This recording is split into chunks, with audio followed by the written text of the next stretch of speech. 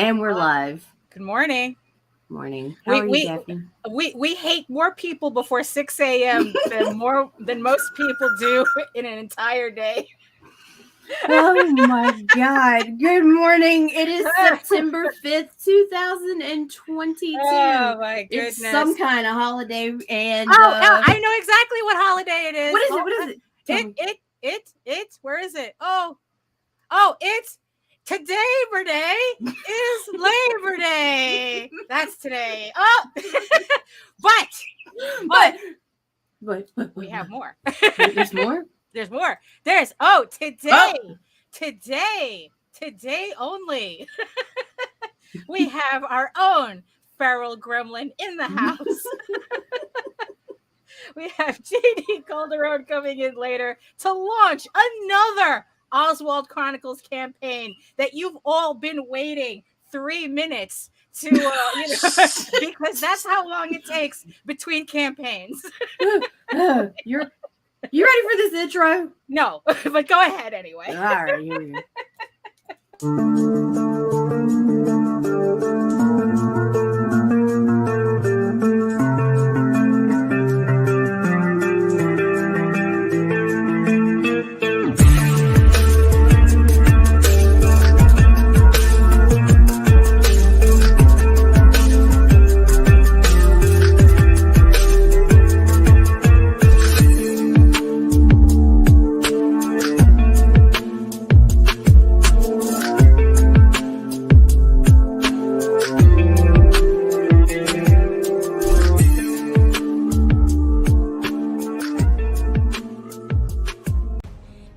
Returns to Kickstarter in its first trade paperback, collecting issues 1 through 4 in one full-color volume. Eager Raven, Heir of the First Unicorn, is the story of a unicorn princess exiled into the mortal realm after she is betrayed by her elf prince husband-to-be. Dragons overtake her kingdom, and how she trains to become a knight with the help of an unusual trio of blacksmiths. It's a mature audience telling of the classic hero's journey with a soap opera twist. So check out Eagle Raven, Heir of the First Unicorn, Volume 1 today. Infamous gunslinger Desmond Gibbons, better known across the Wild West as the Cactus Kid, comes to the sleepy town of Clarkson. Trouble finds him in the unlikeliest of sources, the sheriff.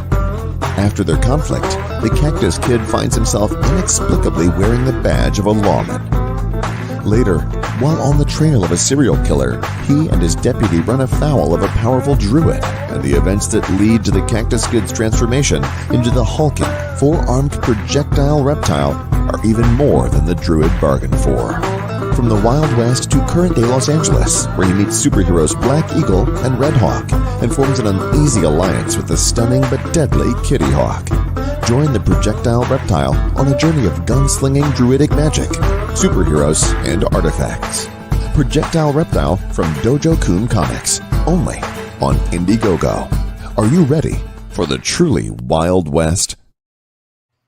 Wow. Oh boy, what a weekend. What a weekend, Nita. So hello everybody. Welcome to another episode of the Ragin to the Vlogs show. So who's in the chat today? We have people waking up early like we got William Pace, Arthur. Hello. Good morning, Arthur. Hello, Arthur. Mike, Jimmy. Yeah, that's the only people that are speaking right now. Oh, my husband's there. Okay. Does he count because he's in the next room? No. Okay, there you go. And yes, and welcome to the 7 people who are watching us from regions beyond. It's like, come on over to YouTube and join the sexy people on chat. But I know, nine people. Look, Max just slipped in too. There you go. Oh, hello. Yes, it's like, so thank you for joining us today. Very exciting Monday. So, hello, my name is Daphne Lage, and I am, I'm a cartoonist, an illustrator, and comic book artist from New York.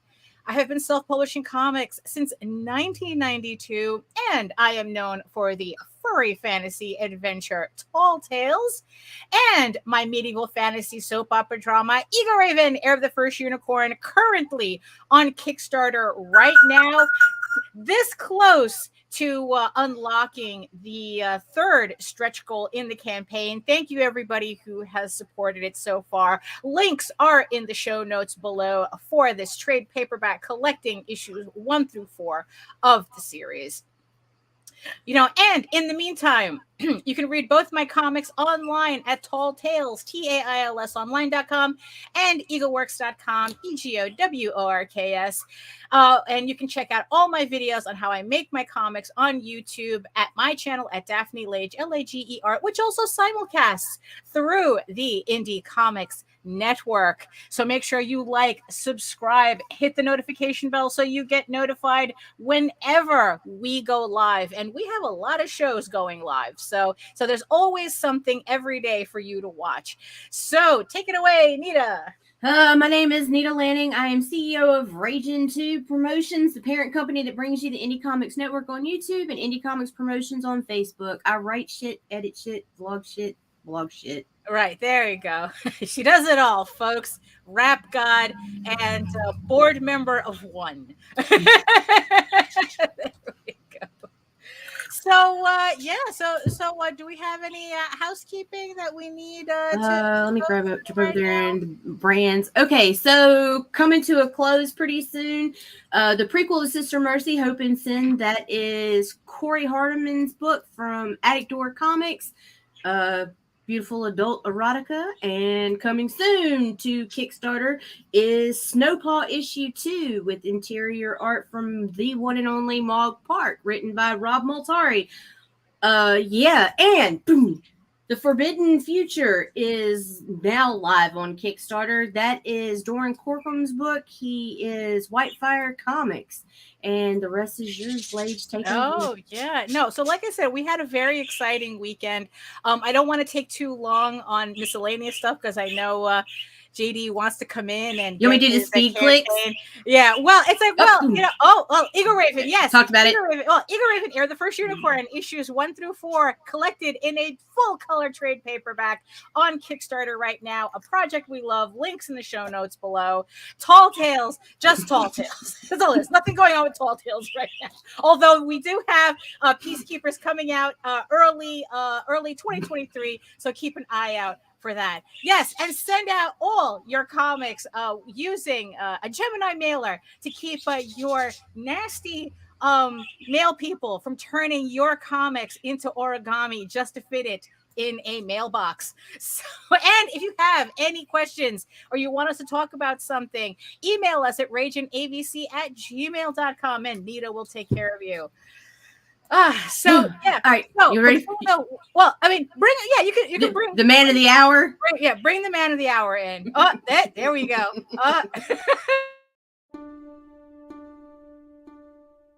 Hello, my friends and fellow Oswaldians. This is JD Calderon, the writer and creator of the Oswald Chronicles.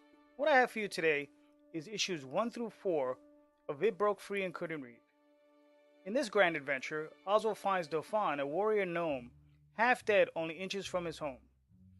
After barely saving his life, with the help of his neighbor Diane, Loughran explains how an evil has taken root across the street from Oswald's home.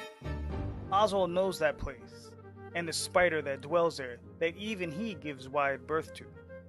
And Loughran reveals that now it's paired with an ancient evil that nearly killed his newfound friend. What will an aspiring sorcerer and gentle mouse do? Here we have issues 3 and 4, plus issues 1 and 2 for those who missed the prior campaign, along with all covers by Manuel Mannix and series regular artist, the incredible Jade Gonzalez. We also have Virgin covers, prismatic foil covers, and sketch covers available. So please, find the level that best suits you. Thank you for your time, and watch out for the future, because Oswald is here. JD out.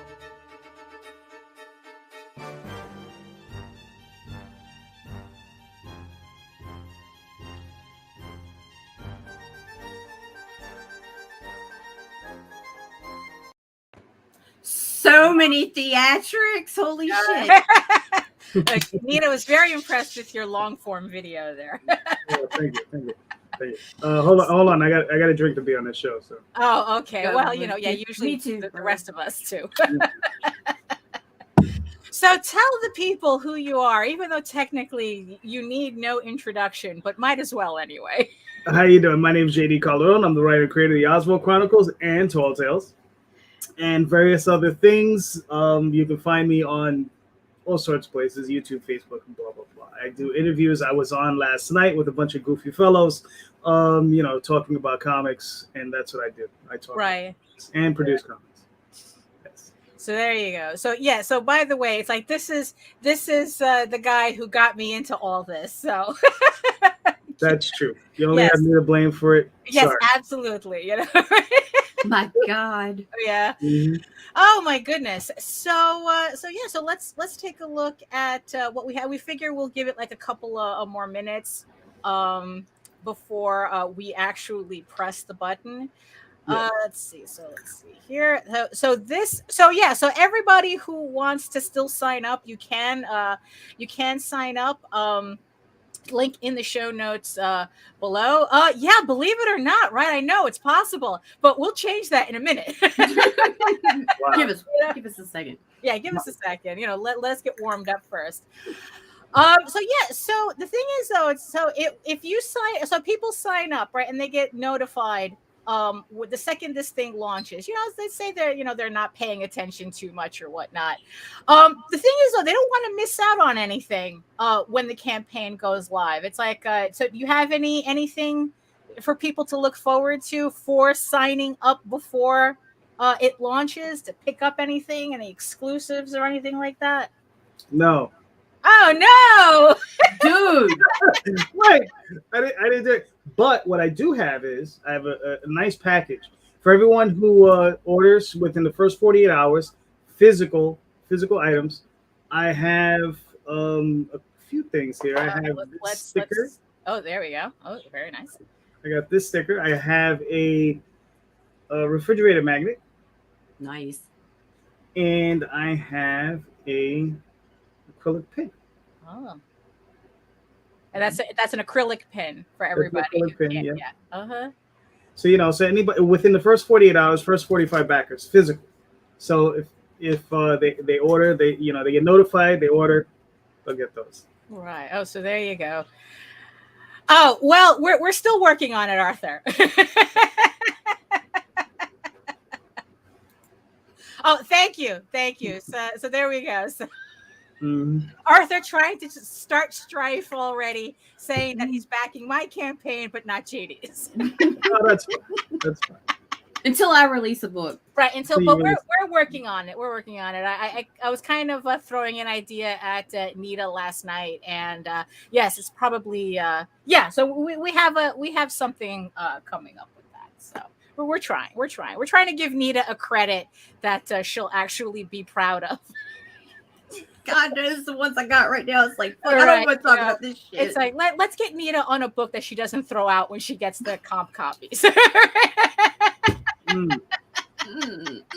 Nice. So there you go. Well, we got about what 45 minutes to fill. So Nita, tell us about this project. It's porn, JD. It's porn. It's always porn. All roads Always lead to porn. Yeah, it's always this is a House of Bob discussion. Yeah, exactly. Oh, yes, gotcha. Yeah, exactly. So it's like, Oh my so God. I'm trying to convince Nita to combine my pinups with her poetry into one hardcover. So at least it'll be something. So we can turn House of Bob into a sophisticated book. Nice. Yes. Well, you already got the smoking down, so you just need the little beanies and the glasses. Right, yeah, exactly. And we're like, yep, there you go. Right. Oh my God. You know what's funny? You know where that comes from? That whole like snapping thing, that they started doing that so that they wouldn't disturb the neighbors with actual applause. Serious. Okay. Yeah. I guess that would be pitiful because look, yeah, you know, 30 plus years and still I guess can't do it. The little beatnik clubs were kind of like still in residential neighborhoods, and if they didn't want to get kicked out, they had to not wake up anybody. So that's why they started snapping instead of applauding. So here we are at 11:15. Let's push the button. All right, are we ready? Are we ready? Okay, let's make sure. So okay, so all right. ready to launch. I mean, we must have checked over this campaign like a billion times already. So, did you give it a once over before? Yeah, 3 days ago. 3, right? Okay. So, God, all right, so here we feral. go. Here we go. Launch project. Okay. Okay. Let me just make sure let me reboot this. And here we go. Are we, let's see, do we see? Yes, here we go. So we are finally live. The Oswald Chronicles, It Broke Free and Couldn't Read, issues 1 through 4. Oswald, the greatest sorcerer of our time, lives in New York City, and he's a mouse with serious evil goblin problems. That's true. In the Oswald Chronicles, you have to specify whether something is evil or not, right? You can't just say goblin and take it for granted. Yeah, you can't assume. Some of the goblins are rather nice, but this particular one's an evil asshole. So. Right. So why don't you go ahead and start telling us? Oh, look at that! Thank you, number one backer. So we're $26 in. Oh, $34 in on a $1,500 goal. So why don't you start telling us about the campaign and what we can expect? Okay. So again, I wasn't ready for this. I never expect to talk about my own work, but I'll do my best to muddle my way through. No, but what we Nita, don't kill yourself. I'm sorry. I was just joking. So what we have here is we have Oswald. He was on his he was at home. Actually, let me start from the relevant point. We have a character. His name is Daphne. And we see him, and he starts off with this story, and he has been traveling through the world for about 50 years. As we know, he's a gnome. The Fae are immortal, or they're close to being immortal. They live for thousands of years. He's been traveling. He's been seeking out this one particular evil that's murdered his wife, murdered his family, and he's been after this thing for 50 years. And he's transformed himself. He's not like your normal gnome. Most gnomes are short and fat, and they take care of carrots and things, and they work in greeneries and gardens and stuff, and but gnome is but this particular gnome, Daphne, he's turned himself into a warrior, and he travels around with this giant sword, and he basically hunts down any evil he can find. He's sworn his life to this cause, because at the death of his family, he feels was caused by him, and so he wants to. This is basically his penance for that sin that he committed. The story goes through him explaining his life eventually to Oswald, and Oswald finds him close to death on his doorstep. Oswald takes him, and along with his friend Diane, they nurture him back to health, and they go about, and Daphne tells him his story, and eventually Oswald helps him solve the riddle of this evil goblin and the giant spider that he's taken up residence with. And these are the various pages. This is by Jade Gonzalez. She's I've been working with her. Jesus, she's been putting up with me now, I think, for about 14 years. So she's an incredible artist. Love her storytelling, love her art, and the two of us have grown together. I mean, it's like I hand her a script. She never sends me any layouts anymore. I never get layouts, which is fine. But I always get back, very, very tight, solid storytelling, which is great. But like I said, she must be a very, very patient and extremely psychic. Well, I mean, I think that everything is in the script. Thank you very much. But even then, he how he constantly says that no matter who he works with, he never gets what he wants. This is true. I don't know of any writer that, I mean, except maybe for Alan Moore, but I don't know of any writer who gets exactly what they want, and it takes Alan Moore to write an 80-page script for a 20-page story. Yeah, because he's drawing. I mean, but yeah, he's drawing out everything. But you're like, you're not drawing out everything. You're just describing that much. Yeah, no, Alan writes out everything. He doesn't draw it. He doesn't draw it out. I thought that he gave little thumbnails or something. I think on occasion he does, but for the most part, it's all handwritten out. Well, it's all written out, typed out, or whatever. But yeah, it's just very long scripts, So that's that's just Mr. Moore's technique. I mean, look, it works for him, you know. But he's the type of person that he's gonna tell you how many buttons are on a shirt. Right. You know, is there a cup of coffee on the mantle? You know, and then he's gonna explain the way the smoke should rise out of the cup. You know, and the significance of it.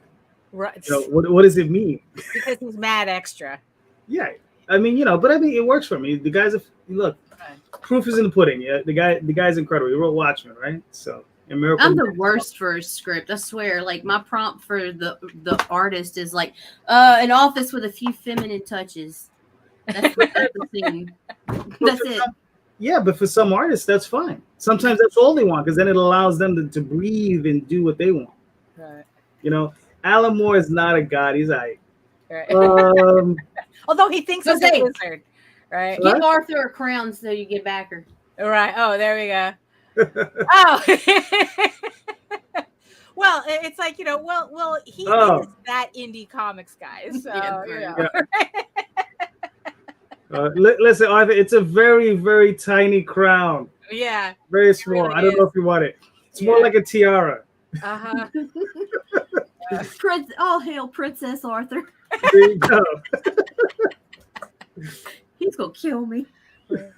Oh my goodness! So, tell us about these variant covers. You always have variant covers because everybody does. But there's particular artists that you work with that over and over again. And you know, why don't you tell us about them? I will. Yeah. All right. So one of the things with working with Jade for so long, well, there's a couple reasons. One of the main reasons I'm always on the lookout for new artists is because I'm always looking to expand the stable, right? So currently, thank you, Arthur. What is it? I'm currently always on the lookout, like I said, for new artists. I'm looking to expand the stable. I'm looking to produce more work, right? As crazy as that sounds, right? Which is why I produce so many Kickstarters per year. Because the thing is the story has gotten to a point where I finished it and I know how big the story is and I have an idea of how long it's going to take me to do it. And the faster I get it done, the happier I'll be, because then I can, just release it to the world, which is actually all I want to do. I just want to share out this property or this title, this story with everyone. So, okay. So let me see if I can straighten this out, because of course I never had this stuff straight. Oh, this is only, all right. But here we have the Jade Gonzalez story cover, and that's illustrated by Jade and colored by Slament. So, and then this is the alternative cover, and that's illustrated by Mannix Emmanuel, and that's also colored by Slament. So, and I encountered, and then these are a couple of Virgin covers for the other issue, right? I'm like all over the place since I have too many of these. But at least that shows that the books are done and books are 100% done. You know, these are my printer proofs from the printer, obviously. And then look, just to prove it, the last page is blank. I just have to put some artwork in it. So, yeah, these are my proofs. So I try to do these every issue. So, you know, it's looking pretty good. Like I said, Jade does a fantastic job. And, you know, Mannix did an incredible job on these covers. I mean, so did Jade. Everybody, I think everyone did a fantastic job. So, but these are the two covers from Emmanuel.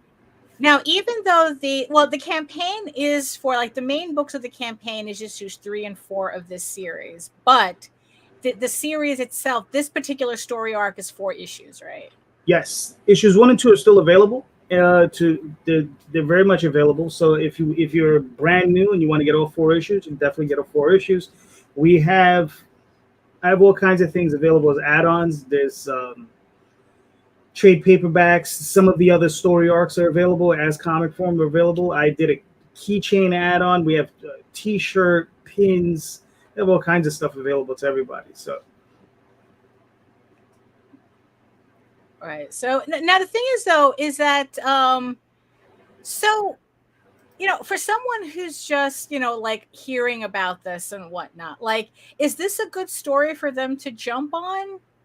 It actually is. It starts off. See, here's the thing. All of the Oswald stories. So if you see this is issues 1 through 4. This is self-contained. You actually don't need to read the other stories to get what's going on in this one. It helps, but it's not necessary. So within this story, you're going to get, the entire story within these 4 issues.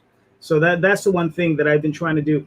When I originally conceptualized this series as prose, the way I'd originally done it was each short story could be held on its own as its own thing. So you could just read that one short story, never have to read any of the other stories if you didn't choose to, or you can continue to read the other stories. But the story kind of grew, and as a comic book, it's kind of different because I could write a short story that would take 80 pages in prose, right? But it'll come out to like 6 issues as a comic. So obviously, it gets broken up. So, and we have to, produce it like this, to feed the artists, because the artists need to be fed. And as you can see everyone can see on the side here. So here are all the levels. You can pretty much get all of the pretty much the entire series if you wanted to, especially if you look at the ultimate PDF level. It's almost like every single Oswald story in there if you really just wanted to catch up all at once. But if you're just looking for the main storyline, just look for the little mouse in the title, and those are your main books. So this one is for issues 1 through 4. And the other one is up here. This one is just for issues 3 and 4. If you did back the previous campaign. So at least it's like, we tried to make it easy for everybody to find everything, because there is a lot of stuff on here. Oh, there is. I mean, and I like to say about the that $45 PDF level. I think we're talking about 800 pages worth of comics. Yeah. Probably about, and maybe 1,000 pages of prose. There's a lot of content there. So I mean, if you like to read, or if you have a loved one, kid, whatever, who likes to read, that's going to be a lot of reading for them to keep them busy for a long, long time. Yeah, and the thing is that the prose books, especially, I know that some of them are a little bit on the older side, because I mean this series has been going on for literal decades. It has the story changed from since you started to now, and it's like, and is there that much of a difference between, I guess, like the older prose versions and when you convert them to a comic format? Definitely. I mean, there's certain things that you can do in prose that are just you just really can't do in comics, or you just don't want to do in comics, right? Because there's just a lot of thought, right? You have descriptions, which are obviously not going to translate into the comic book, right? You're not going to, double down. You're not going to have the artist draw something and then describe it, right? So you're not going to do that. And then there's a lot of introspection. I sometimes put it in as captions, but I tend to go a little bit light on it. The other thing is that with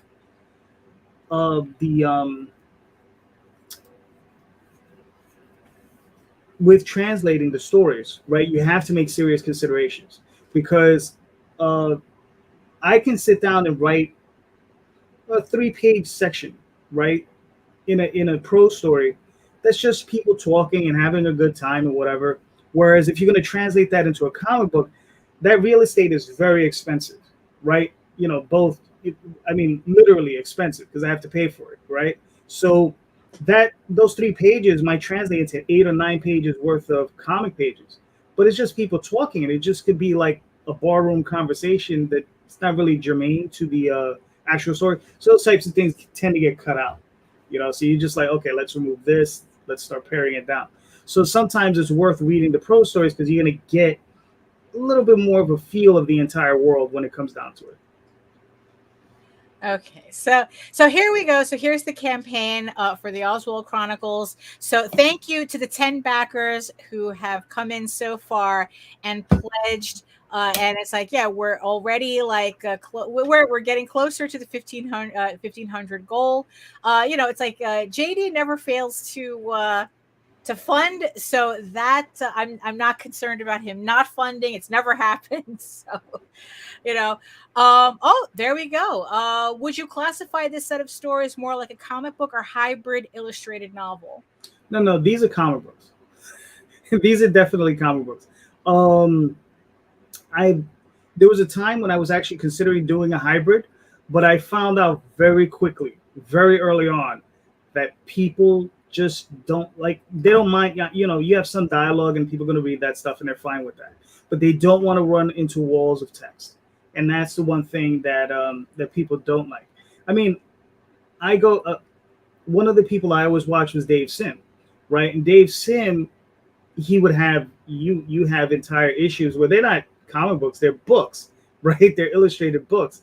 And I was like, ooh, I could do this, right? And I wanted to experiment with it, but I found, like I said, very early on, I found out people just don't like that sort of thing. So even stories where I had planned, where it was going to be a lot of combined prose and art, I've just eliminated all that and just turned it all into comics. It's just, okay, so let's just do it this way because it's what's preferred. I mean, in the end, if you want to read a comic, you read a comic, and if you want to read a book, you go read a book.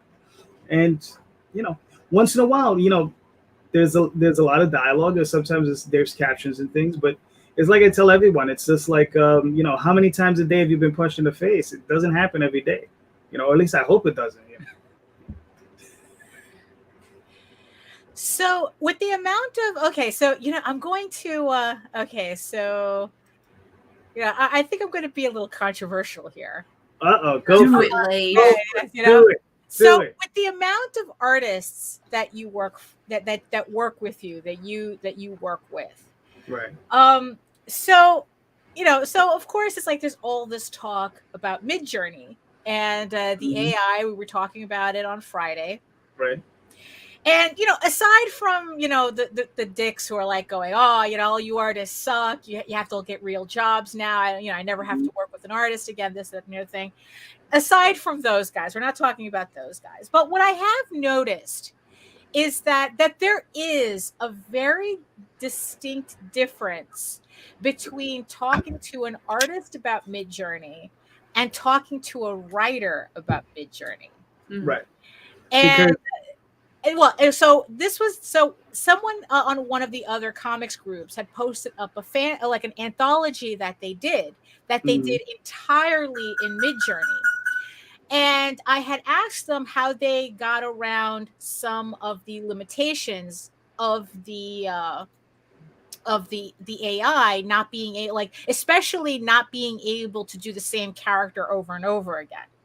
Right. And I asked him, did you get an artist to come in and fix it and whatnot? And he goes, no, he wanted everything to be straight generated from the AI. And then, he gave a little tips and pointers as how you can kind of fake repetitive characters in each of the panels. But that wasn't the thing.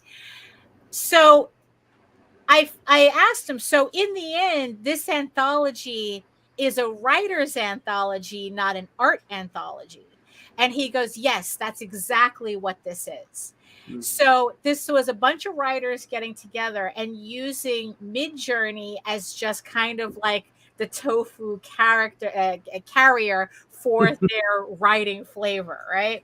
Mm-hmm. So which kind of like at that moment kind of changed my opinion a bit as to, again, the potentiality of using Midjourney. So in your case, so what's your take on this? Okay, so we've discussed this at length privately, but here's the thing: you guys see it as competition, we see it as opportunity. Okay, so that's the big difference, right? I see it as an opportunity because here's the thing: the AI is obviously limited at the moment to what it can do, right? So let's push forward 5 years from now, right? Let's say you can get it to do consistent characters. Let's say you can feed into it. You hire an artist and You just like, look, this is the character, this is what they look like, and you can feed that into the system, and they can recognize it, and then you can build it right in that system. The other thing is what if you could get that the AI to build you a 3D world of a scene, right? So that you can rotate, right, and move to different angles, right? Possibly get the AI to generate the figures that you can pose in those spaces, right? Or even get an artist to go in and illustrate out those characters and put them in those spaces so that you can move and you can have the world that you want, and the artist doesn't have to worry about it. They can just work their magic with their storytelling or whatever. There's, like I said, I see a lot of possibilities with it. Look, there's going to come a point where, you know, if it becomes sophisticated enough, you could sit down and say, okay, look, all right, you're going to sit down, you're going to have a style sheet, or you're going to have a style page. You're like, okay, give me Arthur Adams and John Byrne. I want to mash that up, and that's the style I want this comic illustrated, right? And you're going to be able to sit down and say, listen, I want that 3/4 worm's eye, blah, blah, blah. Set the shading, you know, and sit there, and maybe you can play with the lighting and everything. And, you know, hey, man, I mean, magic can be made, you know, especially if you're the type of writer that you working panel by panel, right? And you have it generate a panel every time, and you can export those panels and then put them together however you want, like I say, in Photoshop, whatever program you're using to do that sort of thing. And so, I mean, it's one of those things where I find it very, very interesting as to what could be done. I can see Nita's very disapproving. What's the matter, Nita? What you got to say? Oh, you got something to say. So I'm just hearing you out, bro. Yeah, I know. You're looking really upset there. What's wrong? And that's also to say, look, there's never. I don't think you'll ever be able to point where you'll be able to replace an artist with the AI. No, you won't. But you will be at a point where you can replace a writer, because here's the difference between us and artists. Artists will always have, when you're looking at an image, there's always going to be a flaw or an imperfection or something, whereas eventually AI will perfect art, okay? When it comes to writing and throwing in fucking prompts in a fucking article or a vlog or a future book being written for you, right. When you look on text, there's no fucking difference. Our signatures are gone. They're erased. It's like, so in my head, petting this fucking technology right now is loading the gun to be shot in the head in the future. Fuck it. I'm out. Well, here's the thing, though. When it comes down to writing, though, I feel you're wrong, because there are styles in writing. There are certain people who write in a certain way that are unique to them. Yeah, right? But when you look at that piece of paper, as far as like the font is the text, I'm talking about the ability to look at our art, which is our words on paper. Like, sure, there's going to be different patterns in the way we write, like just like patterns of speech or whatever. But at glance, we're gone. Like, I don't know. I don't agree with you. You know, I hear what you're saying. Right. Because the thing is that, you know, if the AI generates its own stories, right? And it starts. Here's the thing with the AI, it's unless it becomes super sophisticated, which it will.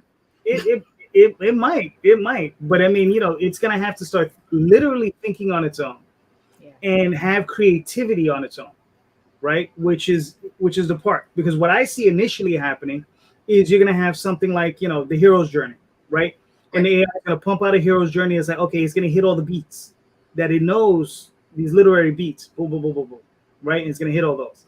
And then you're going to be able to pump in horror, sci-fi, whatever. And it's going to have all these beats that it's going to be able to hit. But that's the problem. It's going to always hit those beats. Is it going to be able to pump out something? But are the beats going to be good enough? Right. But also, is it going to be able to pump out something like, let's say, Pulp Fiction, right? That destroys those beats, right? That moves the things around, right? Is it going to be able to do damn, I forgot the name of the movie. It was done by the Wachowskis. Had done a movie and it's Cloud Atlas. Right. Could it produce something like Cloud Atlas, where it's literally like, I don't know, like 4 seconds every scene? It's just like bam, bam, bam, bam, bam, and it's just like, it's such a thing done so artistically that only, like, at this point, only a human mind can really conceive it, because it's crazy. right? It's like literally like almost schizophrenic the way the story moves, right? So Right. is it able to do things like that, right? So that's what I'm talking about. I mean, as far as writing is For concerned, now, no, but like bloggers are at risk almost already. Like I've seen like brands put in a few keywords and paragraph articles written out that are actually better written than a lot of people are putting out right now. And it just sucks. well, the thing you see again though, you're talking about there's no style, right? Because No, it's still not storytelling because like you said, it's unable to be creative. It doesn't we can even teach it to think for itself, but we'll never be able to teach it to imagine. right, but So and also let's talking an article, right? You still have to feed all that information into it, right? You have to say, here are all your stats, right? You have to write out the stats are going to have to be there for it. And I want an article saying this, that, and the third, right? Or else it's going to give you an article is the computer going to give you its opinion, right? So let's say, I want an article written about XY comic and I want you to give me a review. right. Okay. So the AI has to interpret it and then give you, say, okay, well, in panel 13, right, this boot had one lace less than in panel 26, right? I mean, it's going to give you ridiculous things like that because it's a freaking computer. So right? it's like we're going to end up with a literal metaverse where AIs are going to be criticizing Well, other AIs. Yes, and it fucking sucks because really, how many you could read 100, find 100 books and not read past the first chapter because the amount of disappointment that's out there right now. Can you just fucking imagine the shit that's going to drown out the good when any fucking I better watch that part. Okay, well, yeah, I can't say it without being too ugly. When anybody could just throw in a couple of prompts and nope, here's my book now. It's the same with art. Like the artists that are, it's gonna be only the strong and committed will survive. I will because I write filth, so I don't have to worry about it. But fantasy writers might be in trouble. Well, maybe not so much trouble as like sci-fi or, I think it's gonna be a while. And like I said, they're gonna put out those first few books, and whoever puts them out is gonna have to be sneaky, right? But even then, I mean, here's the thing. Let's say you do put in a bunch of prompts, and the book is written, right? Now, at what point you're gonna still have to edit that damn book? Right. This is true. Mm-hmm. I mean, you're gonna still have to go in and do an edit on it. You're gonna have to do a human is gonna have to do a pass on it to see what can be done, Yeah. And maybe that's where the art is. Who knows? I mean, right. Because I can listen. I've said this before. Is this a good editor can get a bad script and fix it so that it's a good script. Yeah, right? But do all editors want to become rewriters? But that's basically what an editor's job is. Well, it you depends. still want to carry the story of the author. You know what I mean? I've had shit where I've sent it back and been like, no, bro, I'd have to rewrite this for you. I'm not into rewriting your whole book. And that's the kind of shit that's gonna be crammed down our fucking throats. Mm-hmm. And it's just I'm not telling you to write it, but you could go in and give notes and notations and say, listen, you gotta fix this, you gotta fix this, and just send it off. I mean, my friend and mentor Steve Roman, you should have seen the amount of red ink was on my scripts where he sends it back to me. Look at this. He's just, so look at this. So you go in and you just fix it, right? With the thing with an AI, it's how much dedication you want to put to it. Because in the end, the person who's putting in those prompts, who's putting in that work, that's their story. And but they don't own it. We don't know. Well, we don't know until the copyright laws are settled. It's exactly. A big shit show, if you ask me. Yeah. And we're just feeding and fueling a beast that, as of right now, is trying to claim ownership of everything we put into it. And that's where it irks me the most. Right, because I do like the concept of it as a tool. Mm-hmm. Now, as far as writing is concerned, I mean, I can see a day where there's like, look, you pay us $150 a month. Whatever you pump out of it is yours, period. right? It's going to be a much higher level, right? For It's sure. going to be like $30 a month, $20 a month. It's going to be like 100, 150 bucks, 200 bucks, right? And those people who are generating and making money on it, they're going to be more than happy to do it, right? The thing with comics, and I had this conversation with Daphne, is like, so let's say if I'm pumping out panel art out of this AI, and the way I would do it is I would pump out panels, take those panels and configure them. You can, and especially if you're creative with the way you configure the panels, that you can copyright. All right. If you're doing consistent 9-panel grids, you're probably going to be shit out of luck. But if you're doing something creative with those panel layouts, you can definitely claim. Well, yeah, because you just need 30% alteration per page. I mean, even with the 9-panel grid, just the whole laying out part, even if it's simple like that, I think even reversing panels. The total book is copyrightable. Right. But the company that owns Midjourney still has all of these rights in perpetuity to those individual panels.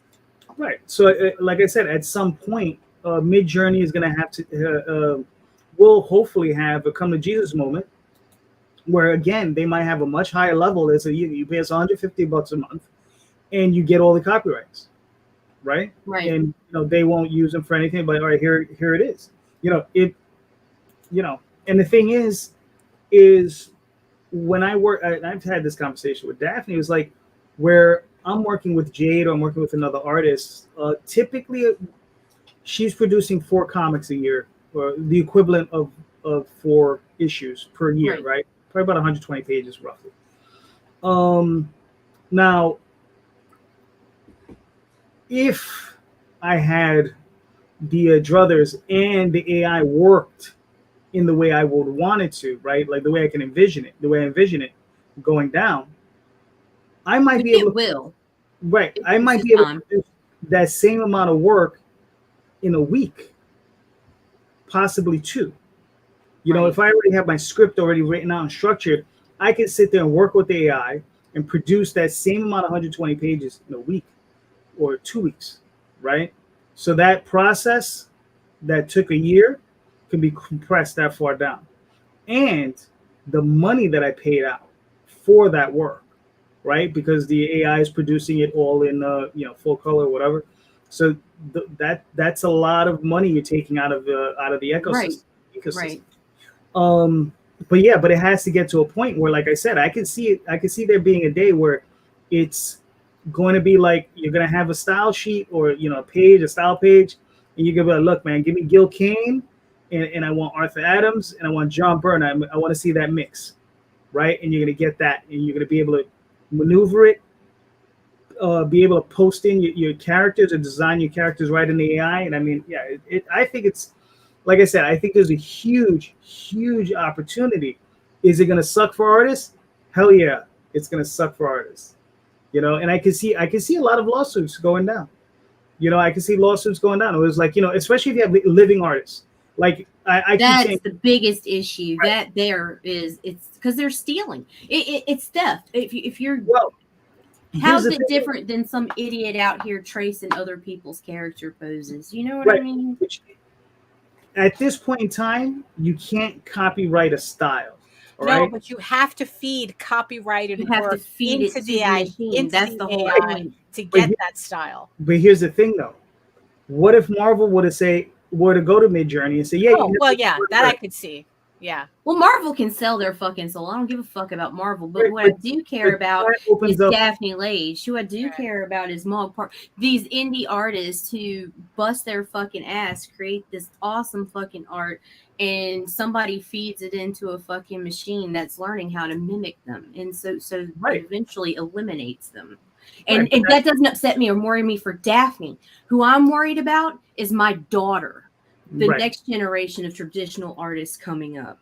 It's like, man, this kid's talent is fucking phenomenal, and the style's being erased, the medium's being erased. We're eliminating the need for the people. Yeah, she's gonna get overshadowed by a computer. Right, and that fucking sucks. No, it does. It really does. But it's like anything else. I mean, but she could also jump on the bandwagon and work with it, and might be able to produce stuff better because since she is an artist, right, she might be able to work the nuances that maybe a traditional person wouldn't be able to. You know, and I can see that. I can see that happening as well. Like a lot of these companies, they're going to be moving. I mean, Daphne, it's what I is just it? hate. I feel like real talent, real raw natural talent, something you're born with, not something some stupid art school teaches you, not technique, but natural born talent is just gonna just another craft gone to the wayside. It's like, I mean, here's the problem with it. People like to charge for those skills and those abilities, right? And nobody likes to pay for it, right? and yeah, and that's bullshit. Right. I mean, but you know, this is the country we live in. It, right? it is, and I will vehemently be like, "Don't feed that motherfucker" until I drop dead right here in this chair because I'm overworked. But yeah, Well, here's the thing, though. So, going back to using an AI to write. Okay. So, do you think that editors will suddenly become more valuable because they'll be able to take an AI book and add a human element in it? All right. Well, first of all, editors are always valuable, right? And the thing is, most editors are already writers, right? So you're gonna have to start with that base, right? Any good if you find an editor that's not a writer, I'd run. yeah, right, Run, because you're probably not going to be that good at either. Because what you probably have at that point is you have your fifth grade English teacher doing edits on your stuff, and then no, you got some dude in his mama's basement using Grammarly. All right. I mean, yeah, whatever. It's all the same. I mean, just you know, editors, like I said, are always going to be valuable because they can shift and they can push. And the thing is there's levels to everything. You have really good editors, and you have piss poor ones, and then there's a huge strata, you know, in the middle, right? I met Archie Goodwin years ago, God rest his soul, and this man was an incredible editor. I mean, the few times I was able to stand next to him, watching him give portfolio reviews, I can't even tell you how much I learned. And I was like 15, 16 years old, you know, and how much I learned just watching that man, you know, sitting there giving an actual critique. Yeah, well, you know, the robot overlords. Yeah. Well, it's not. You see, in the end, it's not really the robot overlords as the corporations that control and own them.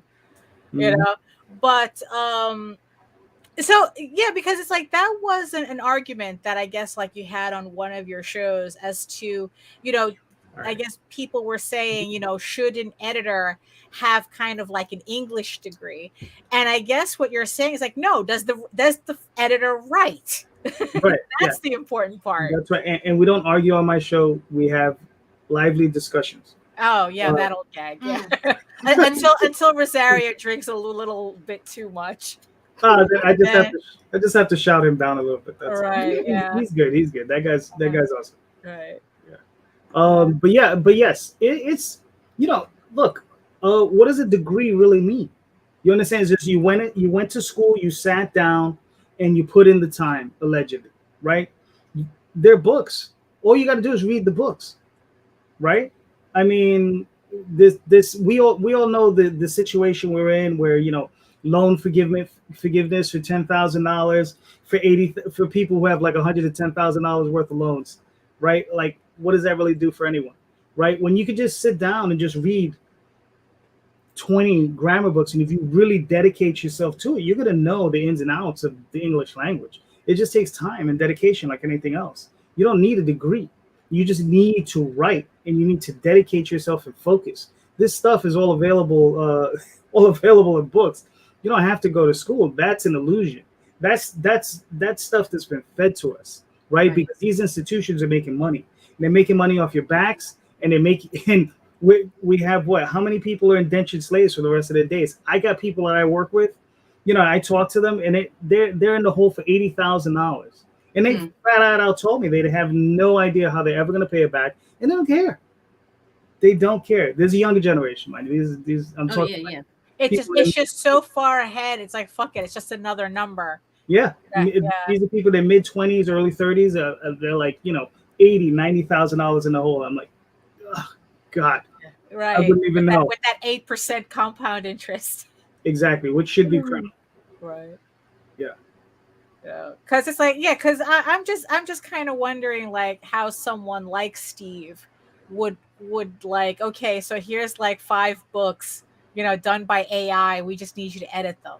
Like Right. in the end, it's like, what exactly is he editing? Right.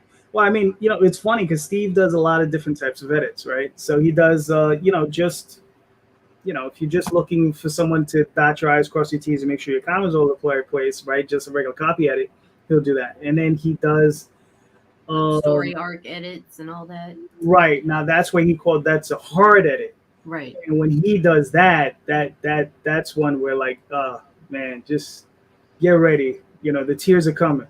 Well, here's the thing. You had, you've had Steve. What kind of edits do you usually have Steve do on your work? My stuff is typically just a copy edit. He's just going in. He's just making sure everything's spelled correctly, make sure that the commas and all that stuff is in place, and that's it. He understands that it's like when it comes down to hard edits, he can suggest stuff, and he has suggested stuff in the past because he knows. I'm just hard headed, so I'm just like But I've gotten to a point where I listen more. I'm like, okay, tell me what's wrong, and then maybe I can go in there and fix it. Right. You go in there, you do your best. You just try to fix, whatever you can. Well, going back to a comment that Nicholas said, it's not that we have a problem. Any of us have a problem with live instruction. Right. It's just that it doesn't need to be behind a paywall, which is technically what college is. It's a very, very big paywall. You can get live instruction anywhere. It's like, I didn't need to get a college degree for art. Technically, I didn't. My 17-year-old can't decide to drink a beer, but right now we're saying it's okay for her to go sign a loan that's going to put her in debt for the rest of her life. Right. It's like, I could like everything that I know, I'm self-taught. And especially nowadays, it's like, especially for art, I have never had anybody ask for my degree except for the low-end retail jobs that I have, that I had, where it's like, oh, you have to have a BA just to even get in through the door. Right. Well, before I put my stuff in your book, I'll be asking to see that. Oh, okay. Yeah, except for like, what is it, STEM, and like, if you want to be a doctor, like an actual physician, a medical doctor, dentist, attorney, possibly an accountant, high-end business person, because there are certain classes that you can take in business with the math and everything, mathematics on the high end, those types of courses. Yeah, those things you do need degrees. You need to go to these places that have that. Right, for sure. Yeah, you need to be certified in certain things. If you have a fine arts degree in anything, that's just trash. You just might as well burn that. Right. I never even bothered to pick up my diploma when I graduated from SVA. It's just like, oh, thank God it's over. And like that was reward in and of itself. Right. Listen, if you want, we can schedule an appointment. We might be able to pick it up next week. Oh, for sure. It's like, like I said, no one has ever asked for it. It's like, I will. I'm sorry, Daphne. But the thing is, the whole point is that, live instruction is always, for someone like me, like I benefit from live instructions, even if it's just watching somebody do something step by step on YouTube, but the thing is, the point is that I never had to put myself in debt to get that information. Right. And it's like, and also just for the record, I went to college on a full scholarship.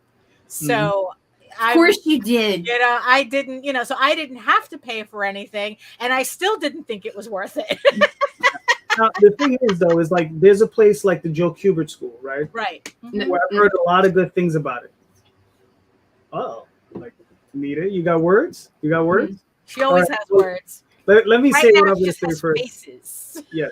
All right. Well, the Joe Kubert School, my understanding is that, the individuals arrive there and they're there basically drawing 8 to 12 hours a day, right? And they're sitting there, they're getting instruction. Now, I don't know how good the instruction is, but they have some really good teachers. And I know that for a fact. And it's like anything else. you have levels. You're gonna have guys who excel, and you're gonna have other people who just don't. Right? Because you have to have natural talent to begin with. You can take somebody who can't draw a circle and you can send them to the Cubert school and they're going to come out shit. Right. Because they didn't have the talent to begin with. Well, just like the people who it's like the only thing they learn is they learn how to copy photographs. Right. And those people, it's like, it's like, oh, it looks like it's so realistic and what. And it's like, oh, congratulations, you're a human Xerox machine. On a certain level, they're actually no different than an AI, except they're a real person because their creativity doesn't go any further than that. And I don't have any problem with the Joe Cubert school. What I have a problem with is those Cubert graduates that come out. I went to Cubert. It's like the only I give a fuck about was in a video game, and that doesn't mean that you're special. It's like, look, it's like the assholes who go to Harvard and they spent the entire time partying, but they get jobs just on the sole idea that they went to Harvard. Okay, my parents were able to afford to send me to Harvard. Right. Well, that's because their lives were already laid out for them. Right, exactly. So it's parents like, already laid things out. Yeah, so it's like every school has that.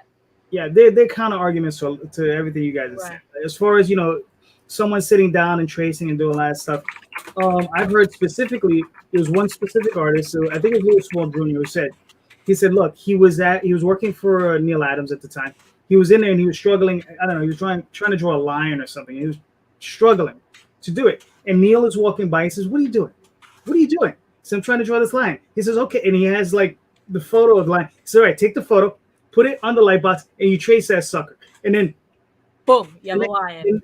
Now you got a lion. So you just keep doing that until you can draw it on your own. All right. Yeah. But you got to get the work done. It needs to get done. It needs to get done now. Thank you. All right. And then Neil was gone.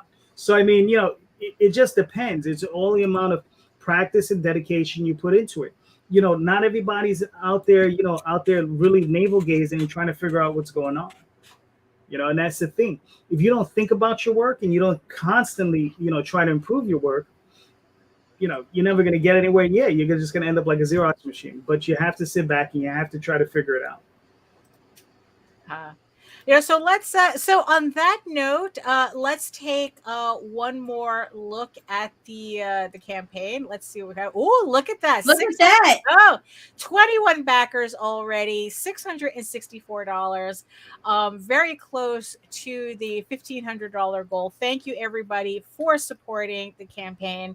So if you're if you're just tuning in and catching this, the link is in the show notes so that you can go support the campaign. 25 days to go, and you're running a shorter campaign too, right on top of everything.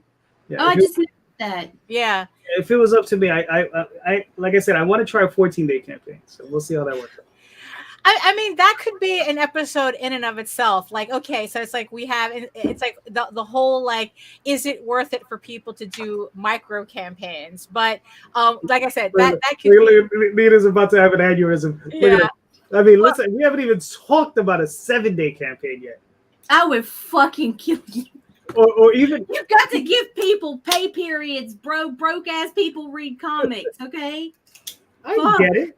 I get it, but but the thing is, there's a lot of content that needs to be put out. So. Right, because also you're gonna come out with a Dreamweaver Press fucking credit line because you're gonna need to. We might have to at some point. So right. So there you have it. So there is, straight from the writer's mouth, all of these opinions about AI and learning and all this and editing and all this other stuff. So I hope everyone enjoyed that. So again, the link to the campaign, the Oswald Chronicles, It Broke Free and Couldn't Read, issues 1 through 4 in the show notes below. Thank you everybody who have supported the campaign so far. So why don't you tell everybody where they can find you aside from Kickstarter, of course. Okay, so you can find me on YouTube, Facebook, Twitter, DeviantArt, all under JD Calderon. You can find me on the OswaldChronicles.com, TallTalesOnline.com, and that's pretty much it. So there you go. So we like to thank JD for coming on the show and joining us today and launching his campaign on the show. And again, thank you to everybody who supported. And yeah, 25 days to go to, yeah. Exactly. So I want to thank everybody who joined us in the chat and kept it moving. And and I hope that you guys found some of this information interesting. And like I said, just to get a writer's perspective, we talk a lot about the artist's perspective. Now here we have a bona fide writer telling you the what for about everything. Thank you so much, ladies. And I mean, it was awesome. Like I said, I'm always grateful for everyone, you guys especially. But thank you everybody who's already contributed to the campaign. And I will be here for the next 24 days, nagging everyone to try to get them in there. So thank you. Exactly. And thank you to the 13 people from Regions Beyond who stuck with us for the entire hour. Thank you so much for watching. Like I said, you probably have your reasons for staying anonymous in that little corner, but that's okay. You're probably working along and listening to us. And no, it's not. Stop being a lurker. Get over to YouTube, like, share, and subscribe to our network, and watch us grow. There you go. And so Nita, where can everybody find you? On this YouTube channel. There you go. So come on over and go bother Nita at raginabc@gmail.com. There you go. And if you want to find out more about me and my artwork and my crowdfunder, which is also in the show notes below, you can head on over to my main portfolio site at egoworks.com, EGOWORKS. You can find links to all of my galleries and social media sites, but I mostly post to Facebook if you're interested in seeing sketches and current work in progress and all the updates, and because there's always something going on. And remember to check out my channel on YouTube at Daphne Lage, Lager, which also simulcasts through the Indie Comics Network. So make sure you like, subscribe, hit the notification bell, and do everything that makes the algorithm gods happy in this hellscape. You can also read the first 5 issues of Eagle Raven, Heir of the First Unicorn, in its original black and white format. But if you prefer your fantasy to be more of a furry Lord of the Rings adventure, you can follow the links over to Tall Tales, TAILSonline.com, and read the first 20 issues of Tall Tales for free. 20 issues responsible by this guy right here. So there you have it. So thank you again for joining us on this Monday. I had to make sure I had the Monday posted out because I almost said Friday again. Because hey, it's going to be a long week. Yeah, it's going to be a long week. So I hope everybody has a great holiday today. And if not, I hope it's as easy as possible, because everybody else is barbecuing while you're stuck at work, but hopefully no one's annoying you with phone calls or anything. So there you have it. So on that note, thank you again. We'll see you again on Friday at 11 a.m. for another freeform show. You know how it goes. And in the words of the ancients, eat your food, mind your business, moisturize, especially moisturize, and do the work, because when you actually do the work, an AI can never fake your accomplishment. Woo! Fuck the machine. See you later.